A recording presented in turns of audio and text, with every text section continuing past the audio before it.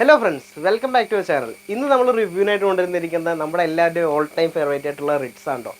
ഈ വാഹനം കമ്പനി നിർത്തി, ഈ ഒരു മോഡൽ നിർത്തി, പക്ഷേ ഈ വാഹനത്തിൻ്റെ ആ ഒരു ഫാൻ ബേസ് ഇതുവരെ തീർന്നിട്ടില്ല കേട്ടോ. ഇപ്പോഴും ഈ വണ്ടിക്ക് പറയണത് വെച്ചാൽ നല്ല ഡിമാൻഡാണ്. ഇപ്പോൾ ഇട്ടാലും ആൾക്കാർക്ക് ഏറ്റവും കൂടുതൽ എൻക്വയറി ചെയ്യാനുള്ള വാഹനവും റിറ്റ്സ് തന്നെയാണ്. ഏറ്റവും കൂടുതൽ ഈ വാഹനം ഉപയോഗിക്കുന്നതും ഡെയിലി യൂസ് ചെയ്യുന്നവരും അതുപോലെ തന്നെ ലോങ് ഡ്രൈവ് പോകുന്നവരൊക്കെയാണ് ഈ വണ്ടി ഏറ്റവും കൂടുതൽ വാങ്ങി ഉപയോഗിച്ചുകൊണ്ടിരിക്കുന്നത് കേട്ടോ. അപ്പോൾ വണ്ടിയുടെ കൂടുതൽ ഡീറ്റെയിൽ റിവ്യൂയിലേക്ക് പോകാം. റിറ്റ്സ് എന്ന ഈ വാഹനം രണ്ട് ഡിസൈനിലാട്ടോ. ആദ്യം വന്നിരുന്ന ഡിസൈൻ എന്ന് പറഞ്ഞാൽ ഇതിൽ കുറച്ചുകൂടെ ഷേപ്പ് വ്യത്യാസം. ഇത് ടൈപ്പ് 2 ഡിസൈനാണ്. വണ്ടി അത്യാവശ്യം ആ രണ്ടാമത്തെ ഫേസ് ലിഫ്റ്റ് വന്നതിന് ശേഷമുള്ള വണ്ടിയാണ്. ഇതിനാണ് ഏറ്റവും കൂടുതൽ ഡിമാൻഡ് വരുന്നത് നമ്മുടെ ഈ എന്താ പറയുക ഈ ഇന്ത്യൻ മാർക്കറ്റിൽ. വണ്ടിയുടെ ഹൈറ്റ് ഉള്ള നല്ലൊരു ഹൈറ്റ് ഉള്ളൊരു മോഡലാണ് വണ്ടി. ഏകദേശം ഒരു ടവർ ബോയ് ഡിസൈൻ എന്നാണ് ഈ ഒരു ഡിസൈനിന് പറയണത്. ഏകദേശം എൻ്റെ ഇത്രയും ഹൈറ്റ് തന്നെ വണ്ടിക്ക് വരുന്നുണ്ട് കേട്ടോ. ഇതിൻ്റെ ടയർ സൈസൊക്കെ നോക്കുമ്പോഴായാലും 14 ഇഞ്ച് ടയറാണ് വരുന്നത്. അതുകൊണ്ട് തന്നെ അത്യാവശ്യം എന്താ ഡ്രൈവ് കംഫോർട്ട് വണ്ടിക്ക് വരുന്നുണ്ട്. നല്ല ഗ്രൗണ്ട് ക്ലിയറൻസും ഉണ്ട് കേട്ടോ വണ്ടിക്ക്.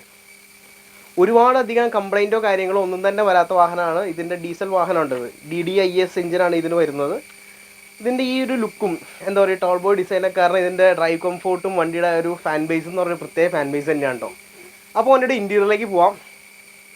വണ്ടിയുടെ ഇൻറ്റീരിയറിലേക്ക് കിടക്കുമ്പോൾ തന്നെ നമുക്ക് കാണാവുന്നതാണ് അത്യാവശ്യം നല്ല ഹെവി ഡോറും കാര്യങ്ങളൊക്കെയാണ് വരുന്നത്.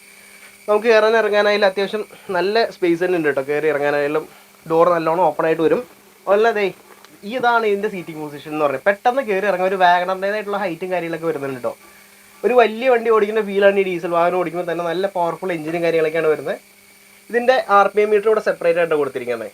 മറ്റു വണ്ടികളിലേക്കും ഡിഫറൻ്റ് ആയിട്ട് ഇതാണ് വരുന്നത്. അതുപോലെ ഇവിടെ ഒരു സ്റ്റോറേജ് സ്പേസും കാര്യങ്ങളൊക്കെ വരുന്നുണ്ട്. നല്ല ഡ്രൈവിങ്ങിൻ്റെ സമയത്ത് ഗിയർ മാറി ഓടിക്കാനൊക്കെ ആയാലും നല്ല ഫണ്ടാണ് കേട്ടോ. ഇത്രയും സ്റ്റിയറിങ്ങിനോട് ചേർന്ന് തന്നെയാണ് ഗിയറിൻ്റെ അത്യാവശ്യം ഹൈറ്റിൽ തന്നെയാണ് കൊടുത്തിട്ടുള്ളത്. പിന്നെ ഇവിടെ നോക്കുമ്പോഴായാലും അത്യാവശ്യം സ്റ്റീരിയോയും കാര്യങ്ങളും അതുപോലെ തന്നെ AC കൺട്രോൾസൊക്കെയാണ് ഇവിടെ വരുന്നത് കേട്ടോ.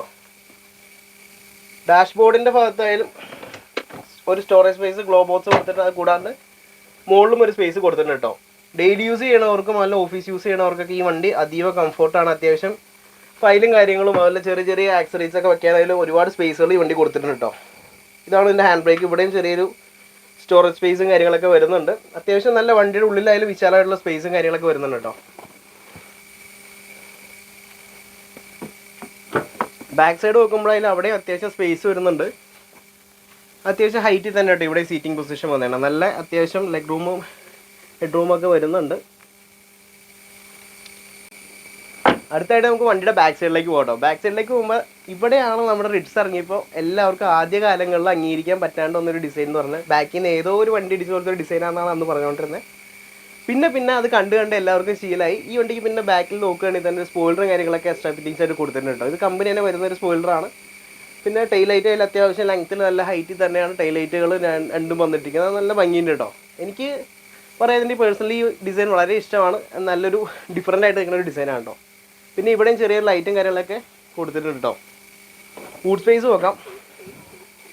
ബൂട്ട് സ്പേസ് ആവറേജ് ബൂട്ട് സ്പേസും കാര്യങ്ങളൊക്കെ വന്നിട്ടുണ്ട്. അതുപോലെ തന്നെ ഇവിടെ സ്റ്റെപ്പിനിങ് കാര്യങ്ങളൊക്കെ ഇവിടെയാണ് സെറ്റ് ചെയ്തിട്ടുള്ളത് കേട്ടോ. അത്യാവശ്യം കുറച്ച് ലഗേജും കാര്യങ്ങളൊക്കെ കൊണ്ടുള്ള സ്പേസ് ഉണ്ട്. പിന്നെ നമുക്കത് കൂട്ടണമെന്നുണ്ടെങ്കിൽ ഈ സീറ്റ് രണ്ടായിട്ട് വേണമെങ്കിൽ ഫോൾഡ് ചെയ്ത് കേട്ടോ. രണ്ടും സെപ്പറേറ്റ് ആയിട്ട് തന്നെ കൊടുത്തിട്ടുള്ളത്. അപ്പോൾ നമുക്ക് ആവശ്യമനുസരിച്ച് മടക്കിയിട്ടിട്ട് ഉപയോഗിക്കാവുന്നതാണ് കേട്ടോ. ഈ വാഹനത്തിൻ്റെ എഞ്ചിൻ റൂം നോക്കാം കേട്ടോ.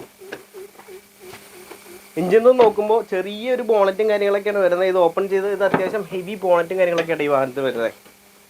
ഇത് തുറന്നു കഴിയുമ്പോൾ നമുക്ക് കാണാവുന്നതാണ് അത്യാവശ്യം നല്ല വൃത്തിയായിട്ട് തന്നെ സൂക്ഷിച്ചിട്ടുള്ള എഞ്ചിൻ റൂം കാര്യങ്ങളൊക്കെയാണ്. സെക്കൻഡ് ഓണർ ആയതുകൊണ്ട് തന്നെ വണ്ടി അത്യാവശ്യം വൃത്തി തന്നെ സൂക്ഷിച്ചിട്ടുണ്ടെന്നുള്ള മെയിൻ ഉദാഹരണമാണ് ഈ കാണുന്ന എഞ്ചിൻ റൂം കേട്ടോ. അതുവരെ നല്ല വൃത്തിയായിട്ട് തന്നെ സൂക്ഷിച്ചിട്ടുണ്ട്. വേറെ ഇതിൻ്റെ അബ്രോണും കാര്യങ്ങളൊക്കെ നോക്കുമ്പോഴായാലും നമുക്ക് കാണാവുന്നതാണ്. അത് പൊട്ടിച്ചിട്ടോ പണിതിട്ടൊന്നുമില്ല. ഒരു സെക്കൻഡ് വാഹനം വാങ്ങിക്കുമ്പോൾ നമ്മൾ മെയിനായിട്ട് നോക്കുന്ന ഭാഗങ്ങളാണ് ഈ അബ്രോണും കാര്യങ്ങളൊക്കെ. ആക്സിഡൻറ്റ് സംഭവിച്ചിട്ടുണ്ടെങ്കിൽ അവിടെ പേസ്റ്റിങ് പൊടിച്ചിട്ടുണ്ടാവും കേട്ടോ. അതുപോലെ തന്നെ ഇതിൻ്റെ പേസ്റ്റിങ്ങുകളും കാര്യങ്ങളും നോക്കുമ്പോഴായാലും ബോണറ്റിൻ്റെ പേസ്റ്റിങ്ങുകളായാലും യാതൊന്നും പൊട്ടിച്ചിട്ടില്ല കേട്ടോ. വേറെ ആക്സിഡൻറ്റോ റീപ്ലേസ്മെൻറ്റോ ഒന്നും തന്നെ സംഭവിക്കാത്ത വാഹനമാണ്. പിന്നെ ഇതിന് പുതിയ ബാറ്ററിയും കാര്യങ്ങളൊക്കെ ഓൾറെഡി വെച്ചിട്ടുള്ള ഉണ്ടോ. എഞ്ചിൻ റൂമിലായാലും വേറെ ഓയിൽ ലീക്കേജോ കാര്യങ്ങളോ ഒന്നും തന്നെ വരുന്നില്ല.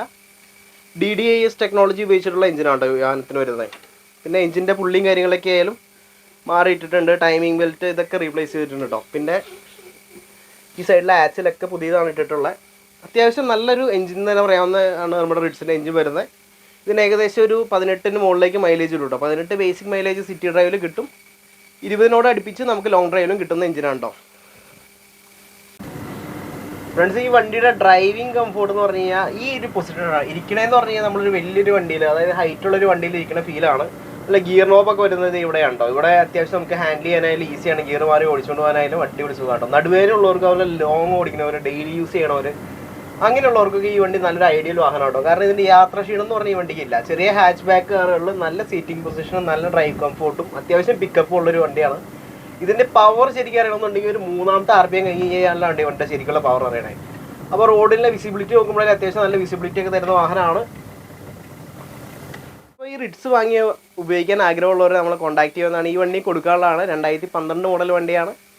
അപ്പോൾ ഇതിൻ്റെ കൂടുതൽ ഡീറ്റെയിൽഡ് സെയിൽ വീഡിയോ നമ്മുടെ ഇൻസ്റ്റാ പേജിൽ പോസ്റ്റ് ചെയ്തിട്ടുണ്ട് കേട്ടോ. അപ്പോൾ ഇത് ചെറിയൊരു ഡൗൺ പേയ്മെൻറ്റ് ഒക്കെ അടച്ച് നമുക്ക് വണ്ടി കൊണ്ടുപോകാൻ സാധിക്കും. അതുപോലെ തന്നെ ഈ റിറ്റ്സ് വാങ്ങുമ്പോൾ ഉപയോഗിക്കുന്നവർക്ക് യാതൊരു തരത്തിലുള്ള പേടിയും വേണ്ട. ഡീസൽ വാഹനമായാലും ഒരുപാട് നമ്മളെ പണിയിടിപ്പിച്ച് എന്താ പറയുക, ഒരുപാട് പൈസ ചിലവാണ് ഒരു വണ്ടിയല്ല. നല്ല രീതിയിൽ കൊണ്ടുനടക്കാവുന്ന ലോ മെയിൻ്റെനൻസ് ഉള്ള ഒരു ഡീസൽ വാഹനം തന്നെ പറയാം നമ്മുടെ റിറ്റ്സിനെ. അത്യാവശ്യം 18-20 മൈലേജ് നമുക്ക് ഉറപ്പായിട്ടും കിട്ടുന്നൊരു വാഹനമാണ്. നോർമൽ യൂസിൽ ഒരു 18ഉം ഹൈവേ യൂസിൽ 20-21 വരെ കിട്ടുന്നവരുണ്ട് കേട്ടോ. പിന്നെ ടയർ ഭാഗമൊക്കെ നോക്കുമ്പോഴാലും പുതിയ ടയറും കാര്യങ്ങളാണ് ഈ വണ്ടിക്ക് ഉള്ളത്. അതുകൊണ്ട് ആ ഭാഗത്തേക്ക് ഇപ്പോൾ അടുത്തൊന്നും ചിന്തിക്കേണ്ട. അപ്പോൾ ഈ വീഡിയോ എല്ലാവർക്കും ഇഷ്ടപ്പെടുമെന്ന് വിചാരിക്കുന്നു. അപ്പോൾ ഓക്കെ, താങ്ക്